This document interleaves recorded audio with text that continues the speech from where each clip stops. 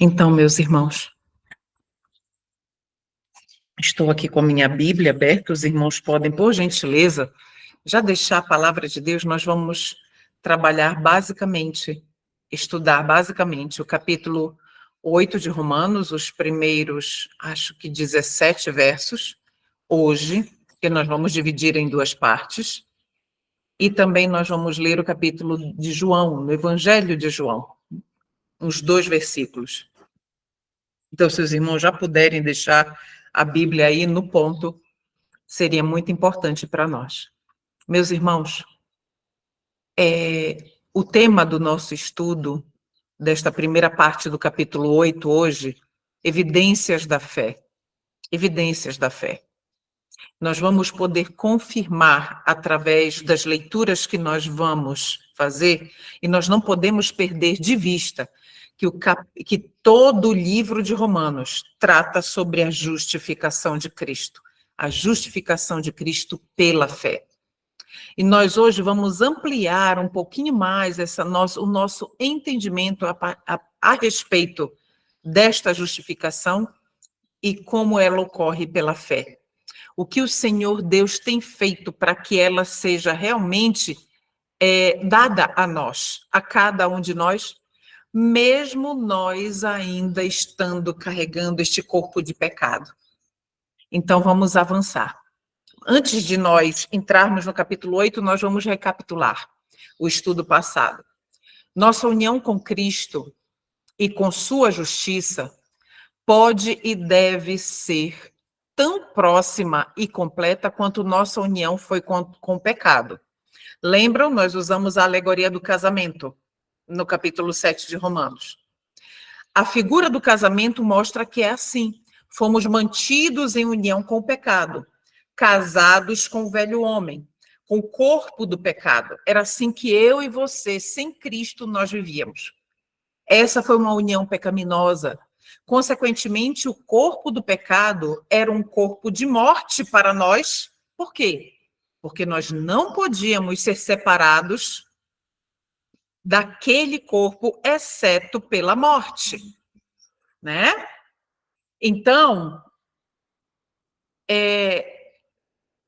a alegoria do casamento, ela nos deixa muito claro que nós precisamos interromper a nossa união com alguém para assumir uma nova união com outro alguém. Nós estudamos isso muito profundamente no capítulo 7 de Romanos. Essa foi uma união pecaminosa, consequentemente, o corpo do pecado era um corpo de morte para nós, porque não podíamos ser separados daquele corpo, exceto pela morte. Esse corpo e nós mesmos estávamos envolvidos, ou seja, éramos casados, portanto, éramos um. E o corpo do pecado foi a influência controladora naquela união, dominando tudo. Enquanto nós estávamos casados com o velho homem, que era dominado pelo inimigo, pelas paixões carnais, eram essas paixões, a influência destas paixões que dominavam tudo na nossa vida. Agora vem Cristo, Cristo vem a nós. E quando nós nos rendemos a Ele, Ele solta os laços que nos prendiam ao corpo do pecado. Ele nos liberta da escravidão do pecado. Então, entramos numa relação íntima com o nosso Senhor Jesus Cristo, igual a que tínhamos anteriormente com o corpo do pecado. Então, tornamos-nos unidos a Cristo, casados com Ele, e então somos um. E como no outro caso, em que o corpo do pecado era a influência controladora, também neste segundo casamento, Cristo é a influência controladora. Lembra do domingo passado? Que nós estudamos que nós precisamos ter, como dizem Filipenses, Deus diz para nós que nós devemos ter a mente de Cristo Jesus, em Filipenses 2:5, e para que nós tenhamos a mente de Cristo Jesus, nós precisamos nos esvaziar de nós mesmos. Então, é essa influência controladora que ela faz com que este esta velha mulher, este velho homem morra e nós nos esvaziemos e Cristo possa habitar plenamente e ser a influência controladora em nós. Nós vamos ler agora Romanos 1. Eu estou aqui com a minha Bíblia Contexto e a minha Bíblia King James. Se você tem a Bíblia Contexto, você vai perceber que este verso está incompleto na versão da Bíblia Contexto. Então, na Bíblia Contexto diz assim, ó: agora, portanto, já não há nenhuma condenação para os que estão em Cristo Jesus.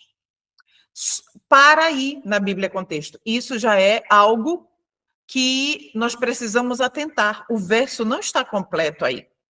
Mas o verso na King James continua dizendo que não andam segundo a carne, mas segundo o Espírito. Eu até completei aqui na minha Bíblia, anotei o complemento do verso. Então, não há condenação. Nós vamos ver daqui a pouco que o diabo ele tenta nos fazer sentir culpados, mesmo depois de perdoados. E isso, para muitos crentes que professam crer na verdade, é muito difícil, na verdade presente. Por quê? Porque, queridos, a verdade presente, a teoria da verdade presente não nos deixa claro que nós, a partir do momento que Deus nos declara perdoados, nós confessamos e nos arrependemos e começamos a viver andar segundo o Espírito e não mais segundo a carne, porque o Cristo agora é a influência controladora da nossa vida. Muitos acham difícil aceitar isso e ficam remoendo pecados, removendo o passado, removendo erros. Será que? Quando que o Senhor diz claramente que não há nenhuma condenação para os que andam em Cristo Jesus, que não andam mais segundo a carne, mas sim segundo o Espírito. É muito simples. Nós complicamos o que é simples, meus irmãos. Então, vamos ao comentário que está em Estudos em Romanos. Então, nós vamos continuar com os comentários de Wegener, de Estudos em Romanos, na página 103. Nessas palavras está um pensamento prático, grava isso. É prático, simples e prático. E daí surge uma questão que preocupa muitos. Eles dizem, olhe só, queridos, acompanhe aí. Eu acredito em tudo isso em teoria, estou totalmente em harmonia com isso, creio que é verdade, o que está escrito aqui no verso 1 de Romanos, e sei que Cristo pode purificar do pecado. Continua o pensamento da pessoa. Eu acredito que se eu confessar meus pecados, Cristo é fiel e justo para me perdoar e me purificar de toda injustiça. Mas aí vem um mas, olha só. Mas a questão em minha mente é, será que eu confessei todos os meus pecados? Isso é que me causa problemas. Se eu tivesse apenas certeza de que havia confessado todos os meus pecados, poderia reivindicar essa promessa e acreditar que não havia condenação para mim. Meus irmãos, uma pessoa que vive assim, ela não rendeu a sua vida a Cristo. Ela não permitiu que a promessa de Romanos 8:1 se cumpra efetivamente na vida dela. É como se ela estivesse tão acostumada a ser condenada que quando o Senhor diz, pronto, eu já te perdoei, você já confessou, limpo, vira a página em branco agora. É como ela dissesse, não, Senhor, mas deve ter mais alguma coisa, eu não estou lembrando. Senhor, por favor, não deixe, fica ali remoendo. Quando que o Senhor já disse, está limpo. Entende? Vamos avançar. Depois de confessar um pecado, creia que Deus o perdoa e receba a paz dele no seu coração. Acabou. É simples assim. Tira esse fardo. Eu gosto muito do livro O Peregrino. no canal do meu Ministério Educacional, Plano Homeschooling, nós estamos montando os episódios lá de toda a narração, de todo o livro do Peregrino. Se você tiver oportunidade, dê uma olhadinha lá e você vai ver que Cristão, que é o principal personagem desta obra, que foi inclusive indicada por Ellen White no livro O Grande Conflito, ou A Grande Controvérsia. Então, este personagem, o cristão, que representa você e eu, que está saindo da cidade da destruição rumo à cidade celestial, que, na verdade, ele exemplifica a nossa trajetória aqui até o céu. Então, nessa caminhada, logo no início, Cristão carregava um fardo nas suas costas.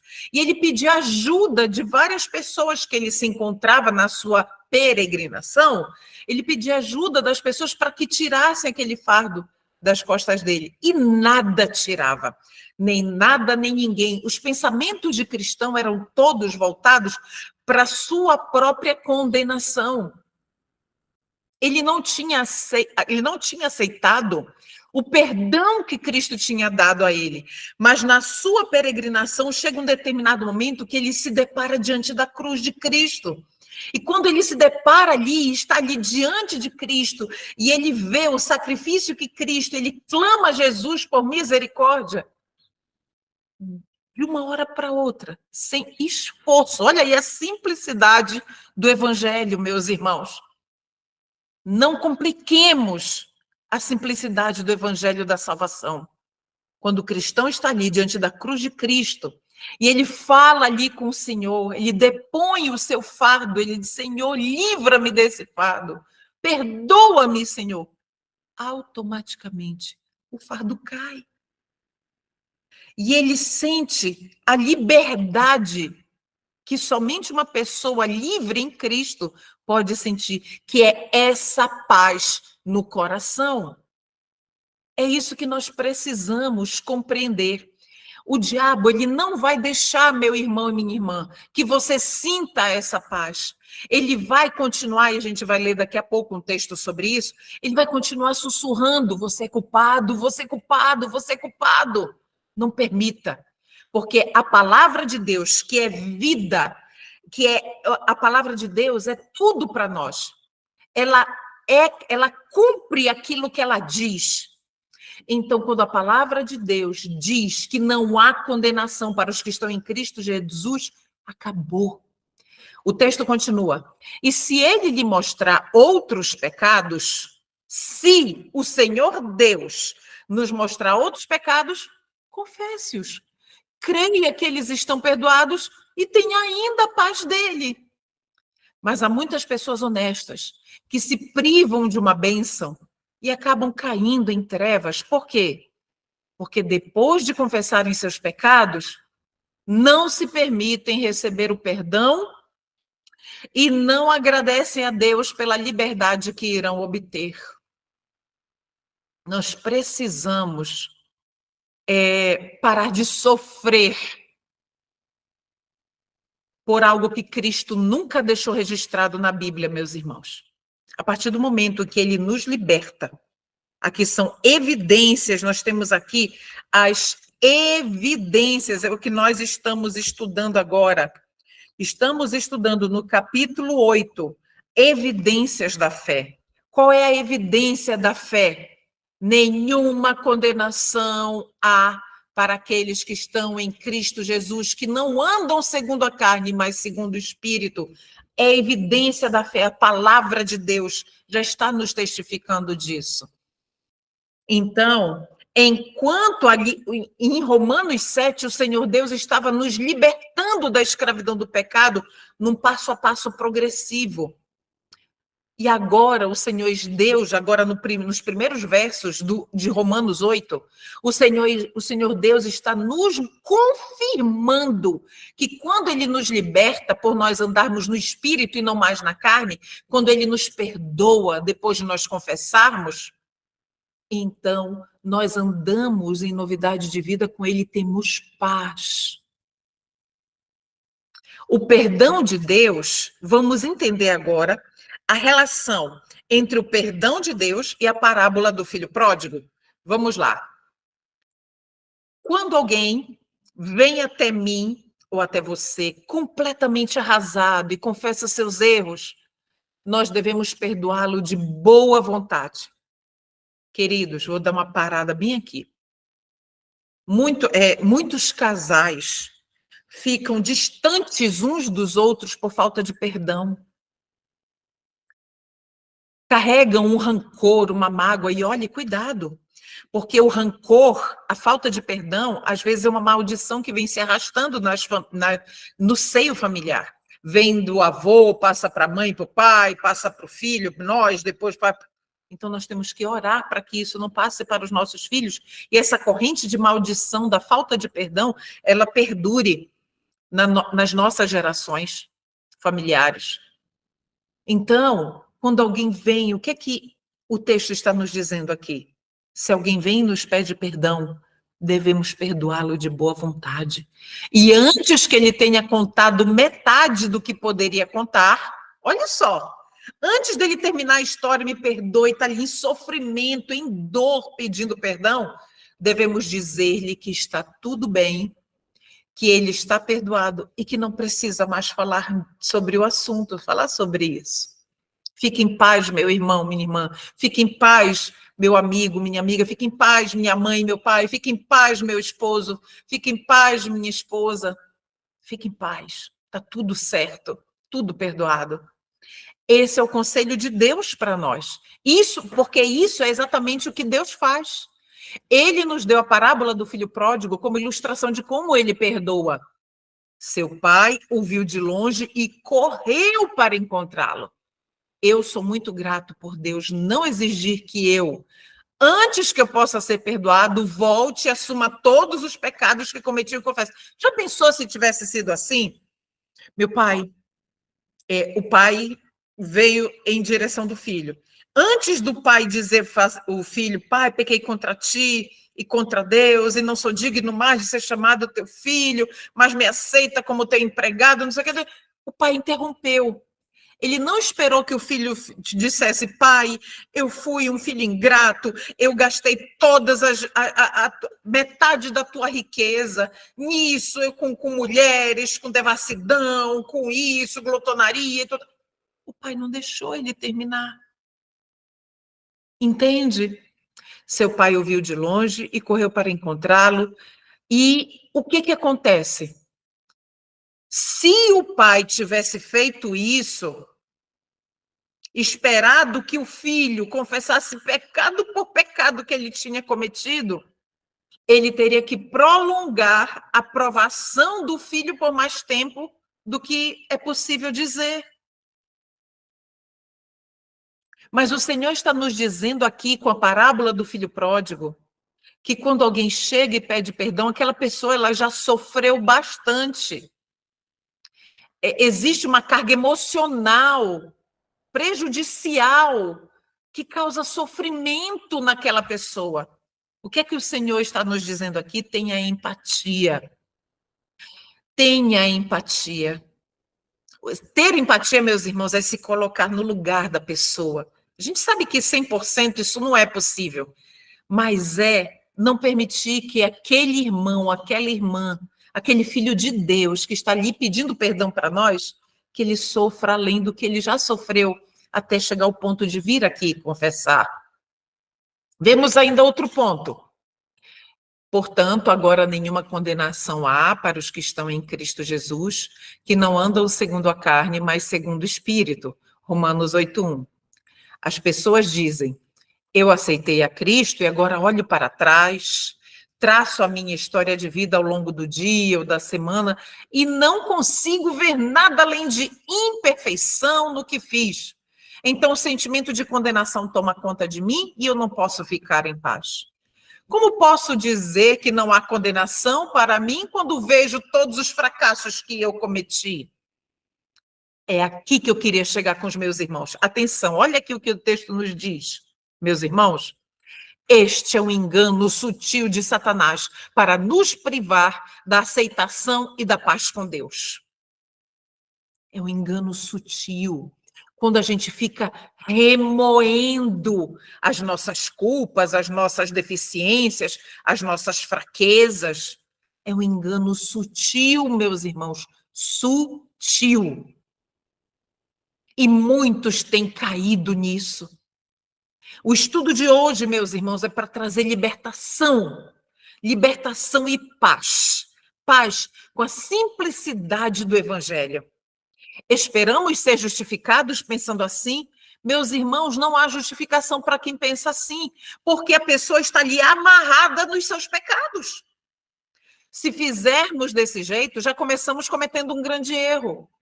Pelas obras da lei, nenhuma carne será justificada diante dele. Lembra, nós lemos isso em Romanos 3:20, no estudo de Romanos, capítulo 3.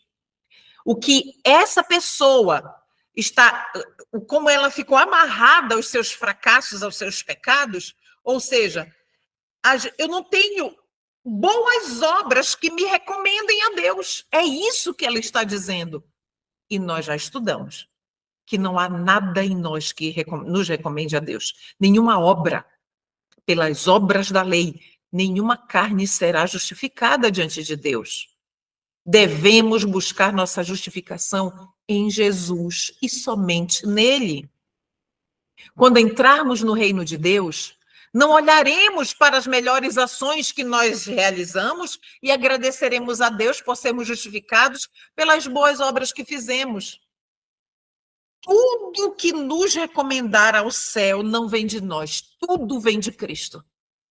Mas nossa canção de alegria ao chegarmos no céu vai ser a seguinte: aquele que nos amou e nos purificou de nossos pecados em seu próprio sangue, como diz Apocalipse 1:5.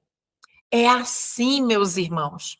E assim sabemos que quando nos entregamos, é muito simples, olha isso aqui. Quando nos entregamos a Ele e morremos por Ele, de que forma?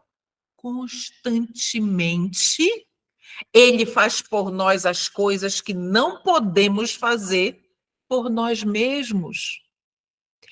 Cristo age em nós a partir daquilo que nós não podemos mais fazer.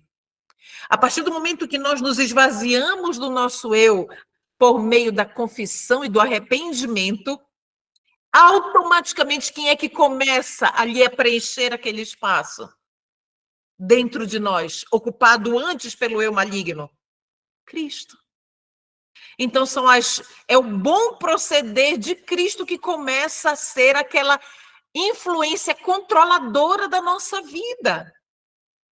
Olhemos para Ele constantemente, mas quando tiramos nossos olhos dele e caímos no pecado, Ele não é responsável por isso. Entende? Vamos para Romanos 8:2. Aqui na Bíblia Contexto diz assim: pois em Cristo Jesus, a lei do Espírito que dá vida, os libertou da lei do pecado que leva à morte. Então, olha só. A lei do Espírito que dá vida, que concede vida em Cristo Jesus, libertou-nos da lei do pecado que leva à morte. Enquanto continuamos olhando para Cristo, olha que o pensamento ele continua. Enquanto nós continuamos olhando para Jesus, não haverá condenação. Por quê? Pois a lei do Espírito de vida em Cristo me libertou da lei do pecado e da morte. Somos livres, somos libertos. Em nossos pecados, a lei é morte para nós. É lógico. A lei é morte para nós. Ela nos condena. E não é apenas morte para o homem que não faz profissão de justiça, mas é morte para o homem que reconhece as reivindicações da lei, que é boa. Né? Então, é morte para o eu contaminado. Mas não é morte, a lei ela não é morte para aquele que está em Cristo Jesus. A lei, tal como é na pessoa de Cristo, é a lei do Espírito de vida, como diz aí no verso 2 de Romano. Então, a lei, tal como é em Cristo Jesus, nós não podemos esquecer isso, é a lei do Espírito de vida. Ela concede vida e não morte. Assim, a pessoa toma a vida de Cristo e obtém a perfeição da lei como é em Cristo, e o serve a Jesus em espírito, e não na velhice da letra, salvação pelas obras, farisaísmo, legalismo. Assim, ele é liberto do serviço escravo da lei para a liberdade na lei, porque é Cristo em nós que obedece à lei e que faz as boas obras da lei. Entende? Porque Cristo passou a ser a influência controladora da minha e da sua vida. Há uma quantidade maravilhosa de rica verdade nisso. A lei do Espírito de vida em Cristo Jesus me libertou da lei do pecado e da morte. Vamos ler Romanos 3 e 4, que diz assim: a lei não era capaz de nos salvar por causa da fraqueza de nossa natureza humana. Por isso, Deus fez o que a lei era incapaz de fazer, ao enviar seu Filho na semelhança de nossa natureza humana pecaminosa e apresentá-lo como sacrifício por nosso pecado. Foi isso que Deus fez por mim e por você. Com isso, declarou o fim do domínio do pecado sobre nós. Seu Filho veio e nos libertou, de modo que nós, que agora não seguimos mais nossa natureza humana carnal, mas sim o Espírito, possamos cumprir as justas exigências da lei. Depois que Cristo veio, Deus proveu o escape para que nós, por meio do Espírito que Deus nos concedeu, nós somos capazes de cumprir as justas exigências da lei, porque Cristo, o Espírito de Cristo está em nós. Existe algum desânimo nisso? Isso lança descrédito sobre a lei? Nem um pouco. O que a lei não poderia fazer? Ela não poderia me justificar porque eu era fraco. O que é ser fraco? Carnal. Então a lei não podia me justificar, ela não tem poder para tornar ninguém justo. A carne era fraca e a lei não podia justificá-la. Mas Deus enviou seu Filho em semelhança de carne pecaminosa para condenar o pecado na carne, a fim de que ele pudesse nos justificar. Foi isso que Jesus fez, Deus fez por nós. Enviou seu Filho com a mesma natureza que eu e você, pecaminosa, para condenar o pecado na carne, porque ele não pecou, mesmo com a nossa natureza, a fim de que ele pudesse nos justificar. É ele que nos declara justos. Entende? A lei sempre condenou o pecado. Aquele que não crê já está condenado. Mas Cristo é o justificador.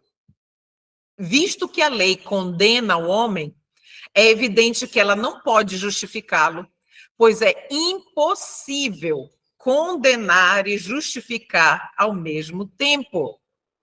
Entende por que a lei não justifica ninguém? Porque a lei, por si só, o seu trabalho é o quê? É condenar. Porque ela revela o pior que existe em mim e em você. Então, ela condena. Então, ela não pode, ao mesmo tempo, condenar e justificar. Não é? Somente Cristo justifica. Mas o que a lei não podia fazer, Cristo veio em semelhante de carne pecaminosa para fazer. E como foi que Cristo fez isso? Guardando a lei enquanto estava nesta carne. Então, Cristo veio para dizer assim: Cleuma, eu tenho a mesma carne que você. Você tem caído, mas eu vim na mesma natureza que a sua para provar que o pecado ele não tem poder sobre mim.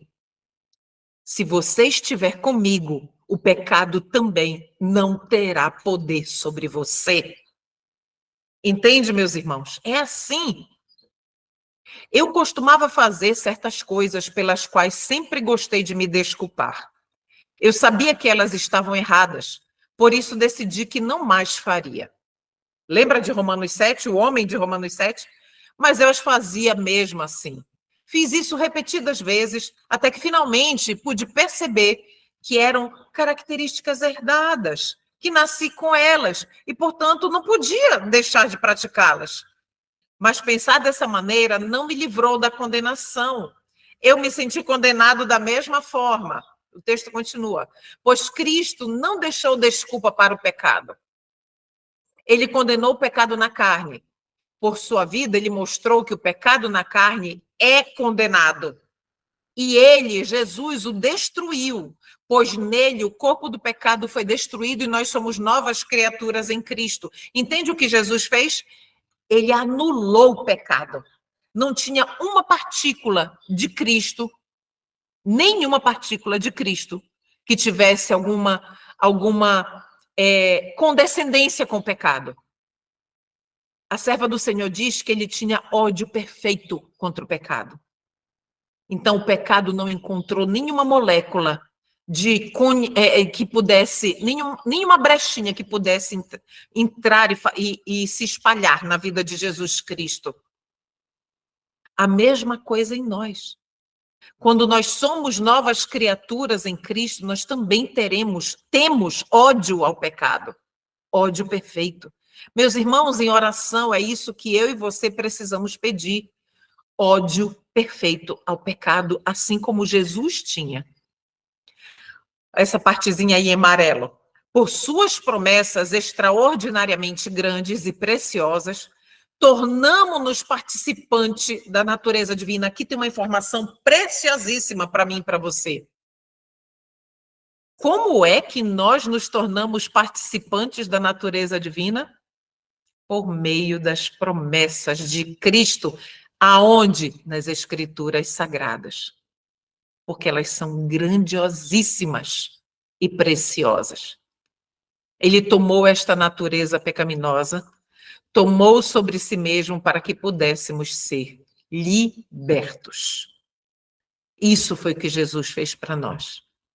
No estudo passado também, nós vimos que lá em Gênesis 3,15, quando o Senhor disse assim, porém inimizade entre ti, falando com a serpente, entre ti e a mulher, entre a tua descendência e o seu descendente, ali o Senhor nos proveu um escape.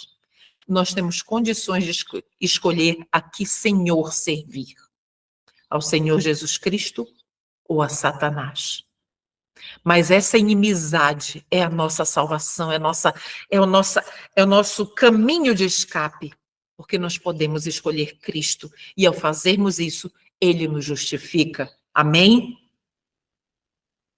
Vamos ler Romanos, do verso 5. Antes de ler Romanos, de 5 a 8, você está aí com a sua Bíblia? Se você tem a Bíblia com texto, já está aqui em Gálatas 5,16, depois do verso 4 de Romanos. Se você não tem a Bíblia com texto, veja aí na sua Bíblia, a gente já vai voltar para Romanos 8, Gálatas 5,16 diz assim, por isso, é Paulo falando, por isso digo, deixem que o Espírito guie a sua vida, assim não satisfarão os anseios de sua natureza humana ou natureza carnal. Quando aí vem 5,18, Gálatas, quando porém são guiados pelo Espírito, não estão debaixo da lei, ou seja, quando nós somos guiados pelo Espírito, nós não somos condenados pela lei, porque nós andamos no Espírito, nós fazemos a vontade de Cristo, nós vivemos a sua vida. Entendem, meus irmãos? Vamos voltar para Romanos, capítulo 8. Romanos, capítulo 8, verso 5, vamos ler do verso 5 ao 8, nos diz assim, verso 5, aqueles que são dominados pela natureza humana, pensam em coisas da natureza humana, mas os que são controlados pelo Espírito pensam em coisas que agradam o Espírito. Verso 6. Portanto, permitir que a natureza humana controle a mente resulta em morte, pecado. Mas permitir que o Espírito controle a mente resulta em vida e paz, liberdade em Cristo Jesus. Perdão pela fé. Verso 7. pois a mentalidade da natureza humana é sempre inimiga de Deus. A minha e a sua mentalidade sem Cristo é inimiga de Deus, inimizade contra Deus. Nunca obedeceu às leis de Deus e nunca obedecerá. Verso 8. Por isso, aqueles que ainda estão sob o domínio de sua natureza humana não podem agradar a Deus. Entende? É muito simples. Consegue perceber como é simples o que Deus está nos falando? Né? Colossenses 1:21. Olha o que diz Colossenses 1:21. Isso inclui vocês, que antes estavam longe de Deus, eram seus inimigos, quando nós estávamos vivendo na carne, escravos da carne e amigos de Satanás. Deles separados por seus maus pensamentos e ações. Olhe só, o que nos separa do Senhor Deus e nos achega ao inimigo das almas? Os nossos maus pensamentos e ações. Por isso o Senhor diz, vigiai e orai. Vigiai e orai. O espírito está pronto, mas o que é que tem a carne? A carne é fraca. É por isso que nós precisamos morrer para o eu, momento a momento. Nos esvaziarmos a ponto de Cristo tomar posse, tomar e preencher todo o lugar, todo o nosso ser, né? Então, mas a mente carnal pode reconhecer que a lei é boa. Não é verdade? Quantas e quantas pessoas não reconhecem que a lei é boa, mas tem o testemunho de vida, o fruto que ela apresenta de vida é o fruto de uma natureza carnal, mas ela reconhece que a lei é boa. Eu sou carnal, vendido sob o pecado. Lembra de Romanos 7? Pois o que faço, não quero, mas o que eu odeio, isso eu faço. Então, se faço o que não quero, consinto com a lei que é boa. Imaginamos e tentamos nos consolar com o pensamento de que estávamos sujeitos à lei, porque a amávamos e a considerávamos uma coisa bela, e tentávamos com todas as nossas forças, o eu, ou, como alguns dizem, em nossa maneira fraca, guardá-la. Nós tentávamos simplesmente uma impossibilidade, não é? Mas a mente carnal não é sujeita à lei, nem mesmo pode ser. E qual é a evidência que a mente carnal é assim? A incapacidade de fazer o que é bom e o que sabemos que devemos fazer. É Romanos 7. Sabe o que tem que fazer, que é o caminho que tem que seguir, mas não faz. Isso é uma mente carnal. A carne luta contra o espírito e o espírito contra a carne. E estes são contrários, um ao outro, de modo que não podeis fazer o que quereis.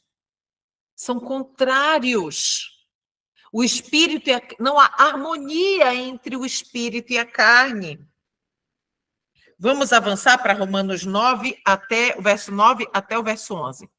Vocês, porém, verso 9, não são controlados pela natureza humana, mas pelo espírito. Quem é esse vocês, porém? Agora, nenhuma condenação há para os que estão em Cristo Jesus, que não andam segundo a carne, mas segundo o espírito. São os conversos. É com estes que Paulo está falando aqui. Vou retomar o verso. Vocês, porém, não são controlados pela natureza humana, carnal, mas pelo Espírito. Se de fato o Espírito de Deus habita em vocês. Não é? É um se. Então, se o Espírito de Deus habita em nós, a carne nós não nos controla mais. E se alguém não tem o Espírito de Cristo, a Cristo não pertence. Não é? Verso 10. Uma vez que Cristo habita em vocês, embora o corpo morra por causa do pecado, o Espírito lhes dá vida porque vocês foram declarados justos diante de Deus. Então, quando nós somos perdoados, queridos, confessamos os nossos... Olha como é simples. Confessamos os nossos pecados. Ah, mas se eu tiver outros pecados, não se preocupe com isso. A nossa tarefa não é pegar, será que eu confessei tudo? Será que eu confessei tudo? O Senhor Deus vai trazer à nossa mente tudo o que nós precisamos confessar. Precisamos crer nisso e ter paz. Então, a partir do momento que nós confessamos, nos arrependemos, confessamos, o Senhor Deus nos perdoa automaticamente. E Cristo passa a ser a influência controladora da nossa vida. Se ele passa a ser a influência controladora da nossa vida, nenhuma condenação há para mim e para você, porque nós estamos em Cristo Jesus e não andamos mais segundo a carne, mas segundo o Espírito. Louvado seja o Senhor Jesus Cristo, meus irmãos. Entende? E aí nós temos paz com Deus. É muito simples. Verso 11. E se o Espírito de Deus, que ressuscitou Jesus dos mortos, habita em vocês, o Deus que ressuscitou Cristo Jesus dos mortos dará vida a seu corpo mortal, meu e seu, por meio desse mesmo Espírito que habita em vocês. Ou seja, nós daremos frutos espirituais. A nossa vida espiritual, ela será ressuscitada em Cristo Jesus. Entendem, meus irmãos? Vamos estudar aqui o comentário de Estudos em Romanos na página 110. Há um lindo pensamento contido nesses versículos. Primeiro, apresentamos o fato de que podemos ter o Espírito de Deus. Como podemos obtê-lo? Eu deixei marcado aí. Pedindo. Pedindo, meus irmãos. Irmãos, nós precisamos pedir o Espírito de Deus. O Espírito Santo, a terceira pessoa da divindade. Precisamos pedir. Volte para Lucas 11, 13, onde Cristo diz: se um filho pedir pão a algum de vocês que é pai, ele lhe dará uma pedra?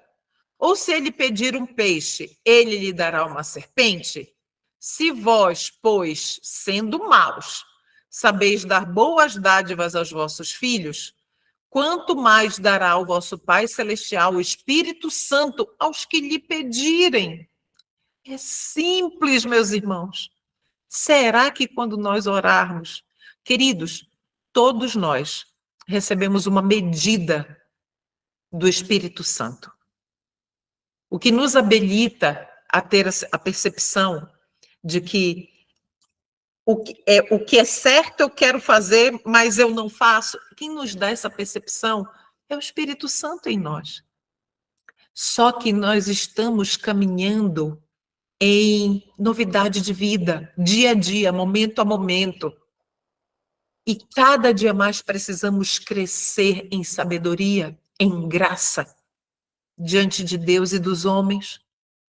E só quem é capaz de nos fazer crescer é o Espírito Santo.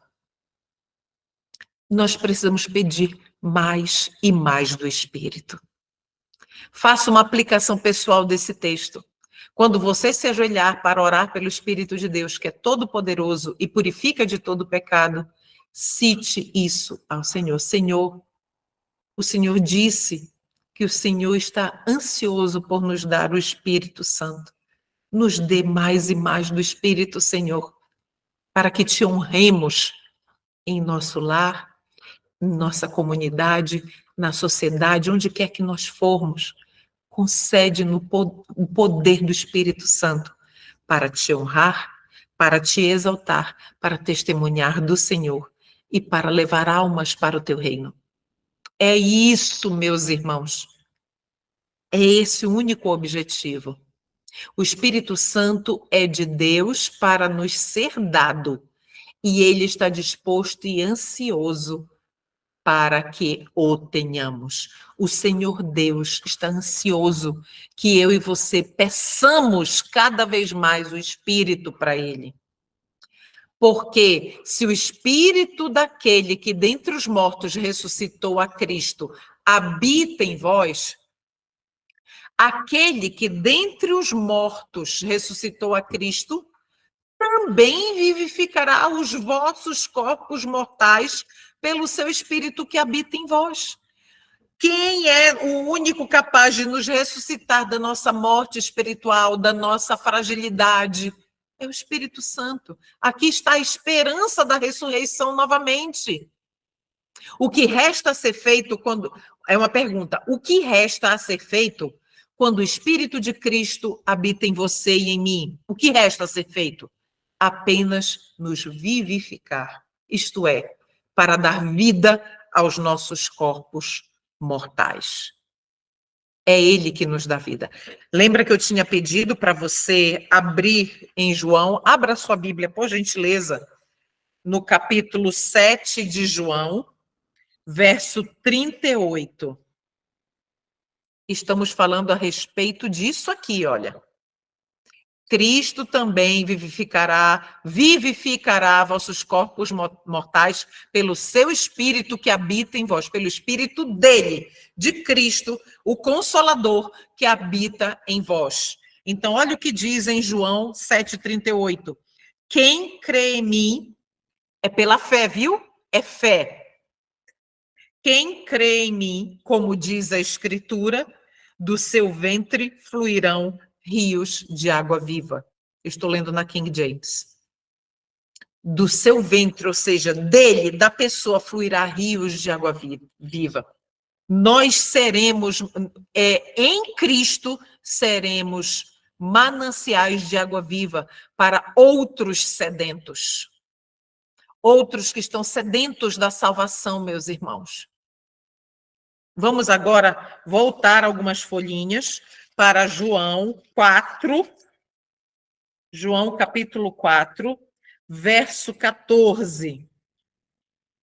Diz assim: mas aquele que beber da água que eu lhe der, nunca terá sede, mas a água que eu lhe der, se fará nele uma fonte de água a jorrar para a vida eterna. Essa água está disponível para nós, meus irmãos. Como nós conseguimos? Confessando nossos pecados, nos arrependendo e andando com Cristo em novidade de vida. Recebendo a paz dele. Pronto. É isso. E tendo comunhão diária com ele por meio de quê? Por meio da sua palavra. Da sua palavra. Vamos ler, continuar a leitura. Romanos 12 a 15. Verso 12. Portanto, irmãos, vocês não têm de fazer o que sua natureza humana lhes pede. A natureza humana é a carnal. Não temos que fazer o que a natureza humana carnal nos pede. Por quê? Porque se viverem de acordo com as exigências dessa natureza humana carnal, morrerão. Se, contudo, pelo poder do Espírito, fizerem morrer as obras do corpo, viverão. Com relação a isso, olha o que Paulo diz em 1 Coríntios 9, 27. Eu vou ler aqui na Bíblia Contexto. Só relembrando, a Bíblia Contexto, ela tem aqui, ó, em vermelho, a referência cruzada. Então, a referência cruzada já está aqui para a gente aprofundar, ampliar os versos que nós estamos lendo. É Paulo também dizendo, em 1 Coríntios 9, 27. Disciplino meu corpo como um atleta, treinando-o para fazer o que deve, de modo que depois de ter pregado a outros, eu mesmo não seja desqualificado. Entende? Então, morrer para a natureza humana carnal e pelo poder do Espírito, fazer morrer essas obras do corpo, essas obras carnais, só é possível também, meus irmãos, por meio de disciplina. Severa disciplina. Em outras versões diz, subjugo meu corpo e o reduzo à escravidão, reduzo, né, ao domínio, eu controlo, eu domino. Isso só é possível de que forma? O poder, o humano, o homem cooperando com o divino. A vontade humana cooperando com o poder divino. Dessa forma, isso é possível. Né? Efésios 4:22 diz assim: livrem-se de sua antiga natureza e de seu velho modo de viver, corrompido pelos desejos impuros e pelo engano. Em outro momento de Efésios, se eu não me engano, é 3, esqueci o verso. Fazei, pois, morrer 3:5, se eu não me engano. Fazei, pois, morrer a vossa natureza humana, ou a vossa natureza carnal. Quem tem que fazer somos nós. Essa decisão ela é unicamente nossa, né? Em outro local, em outro verso, Colossenses 3:5, está aqui. Portanto, era esse o verso, era Colossenses 3:5. Portanto, façam morrer as coisas pecaminosas e terrenas que estão dentro de vocês. Fiquem longe da imoralidade sexual, da impureza, da paixão sensual, dos desejos maus e da ganância, que é idolatria. Então, meus irmãos, aqui nós estamos ampliando o que Paulo nos diz em Romanos 8:13, que nós, pelo poder do Espírito, precisamos fazer morrer as obras do corpo para que tenhamos vida em Cristo Jesus. E finalizamos aqui, vamos para o 14 e o 15, verso 14. Porque todos que são guiados pelo Espírito de Deus são filhos de Deus. Todos. Pois vocês não receberam o Espírito que os torne de novo escravos medrosos, sem paz. Lembra que quando Cristo nos perdoa, nós temos paz com Ele? Mas sim o Espírito de Deus, que os adotou como seus próprios filhos, nos adotou como seus próprios filhos. Agora nós o chamamos Abba, Pai. Nós vamos continuar daqui a pouco nesse verso. Vamos avançar aqui no comentário. Estudos em Romanos, página 111. Ele nos dá seu Espírito agora. E devemos ter medo? Isaías 12:2 diz: confiarei e não terei medo. Não recebemos o espírito de escravidão novamente para temer, pois o amor perfeito lança fora o medo. Pense em Abraão e no que foi escrito sobre ele para o nosso benefício. Não precisamos levar em consideração as fragilidades de nosso corpo, mas ser fortes na fé, dando glória a Deus, fortes na fé. Olha o passo a passo, dando glórias a Deus, sabendo que o que ele prometeu, ele é capaz de cumprir.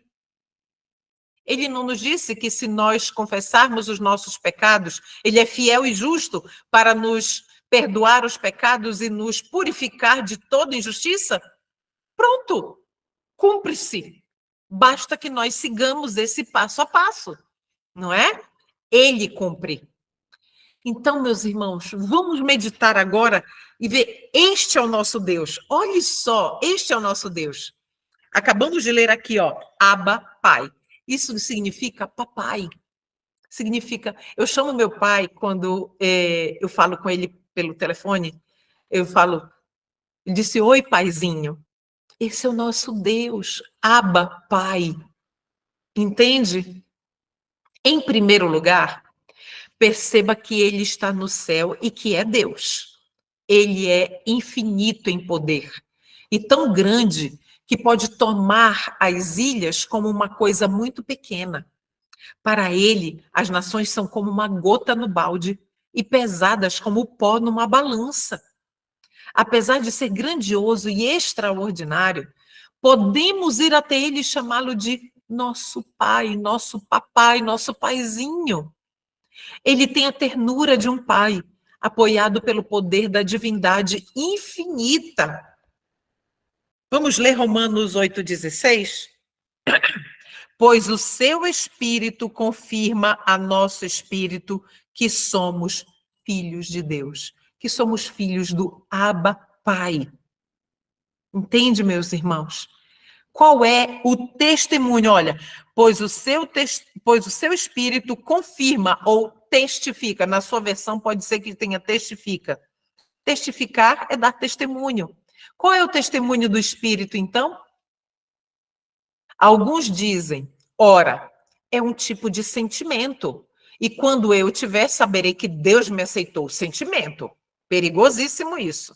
Mas, irmãos, isso se baseia em algo mais substancial do que um sentimento. Estou feliz, porque Deus não deixou que o testemunho de seu Espírito dependesse dos meus sentimentos. O Espírito testifica com o nosso espírito que somos filhos de Deus. Como ele testifica?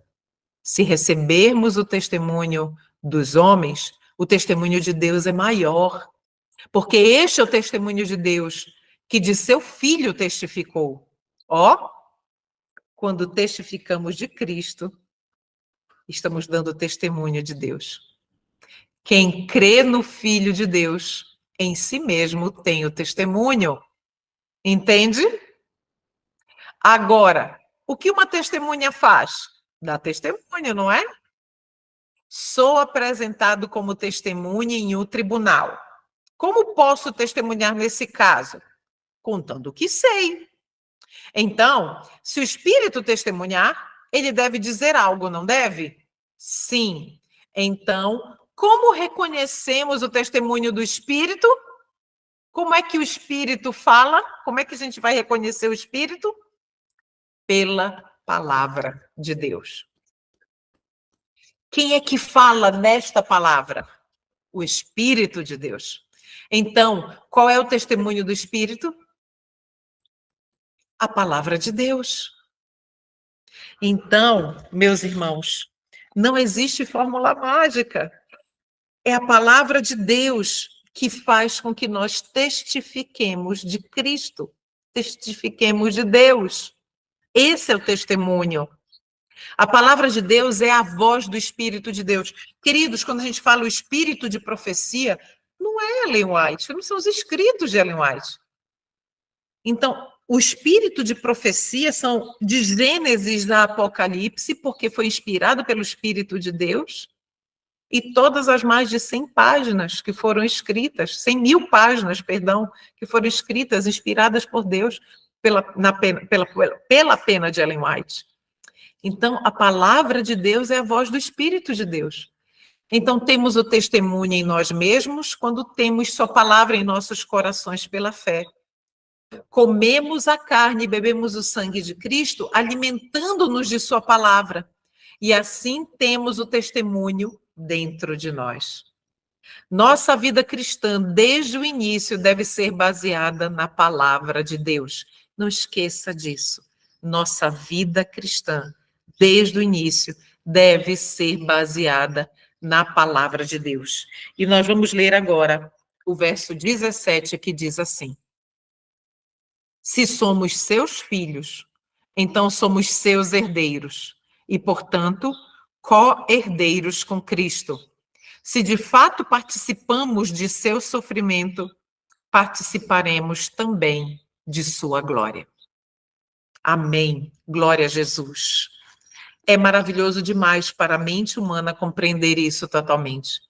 Pobres criaturas indignas, miseráveis, dignas de nada, mas Deus teve um amor tão infinito por nós que nos fez dignos de ser seus filhos, e Ele nos dá tudo o que dá a Cristo. Você já parou para pensar isso? Dignos de nada, eu e você, mas mesmo assim, Ele nos dá tudo o que dá a Cristo. Em João 17,3, o Salvador ora ao Pai assim, ó: para que o mundo saiba que tu me enviaste e os amaste como me amaste. Irmãos, o Pai nos ama tanto quanto ama seu Filho unigênito. Como nós sabemos? A certeza disso é dada não apenas neste texto, mas no fato de que ele deixou seu Filho unigênito morrer para nos salvar da morte. Compartilhamos com Cristo todo o amor que o Pai tem por ele. O amor que o Pai tem por Cristo é o amor que ele tem por mim e por você. Não duvide disso mais. Somos herdeiros de Deus e co-herdeiros com Cristo, de Cristo, em Romanos 8,17. Isso significa que, visto que somos co-herdeiros com Cristo, esse Cristo não pode entrar em sua herança sem nós. Nós somos herdeiros com ele. Então, ele não pode entrar na sua herança sem nós. Pois se você e eu somos co-herdeiros de uma propriedade, nós devemos ter essa propriedade juntos. Você não pode entrar em sua herança antes de eu entrar e apreciá-la com você. Então, tudo que Cristo está compartilhando agora, à direita de seu Pai, é para nós. Ele está à destra de Deus nos lugares celestiais. E assim como somos vivificados com ele e ressuscitados e feitos para nos sentarmos juntos nos lugares celestiais com Cristo Jesus. Nós somos co-herdeiros com Cristo de tudo, de tudo. É a mesma coisa de uma herança. A herança, ela vai ser... Os dois irmãos, lembra do filho pródigo? Um pediu a herança antecipada. Era como se ele estivesse desejando a morte do pai para ele poder ter aquele dinheiro. Mas o que acontece? Se aquele pai tivesse falecido, os dois eram co-herdeiros. Então, eles herdariam tudo igualmente. Nós somos assim com Cristo. A mesma situação. Somos vivificados com Cristo, somos ressuscitados com Cristo, e nós somos feitos para nos sentarmos juntos nos lugares celestiais com Jesus Cristo. E aqui o Senhor faz um convite para nós. Na página 115 de Estudos em Romanos. Meus irmãos, tomemos a palavra de Deus para que possamos saber o significado daquela oração em Efésios 1, de 17 a 19, que diz assim: para que o Deus de nosso Senhor Jesus Cristo, o Pai da glória, vos dê em seu conhecimento o espírito de sabedoria e revelação, tendo iluminados os olhos do vosso entendimento, para que saibais qual seja a esperança da sua vocação e quais as riquezas da glória da sua herança nos santos, e qual a sobreexcelente grandeza do seu poder sobre nós, os que cremos segundo a operação da força do seu poder. Se nos falta essa sabedoria, peçamos àquele que a todos dá liberalmente e não censura, e ser-nos-á dada. O Senhor Deus prometeu que nos daria todas as coisas em Cristo Jesus. E assim, se ele disse, ele cumpre. Ele cumpre, meus irmãos.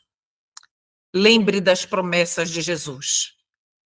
Reivindique o poder de Cristo na sua vida para a vitória sobre toda a tentação e sobre todo o pecado.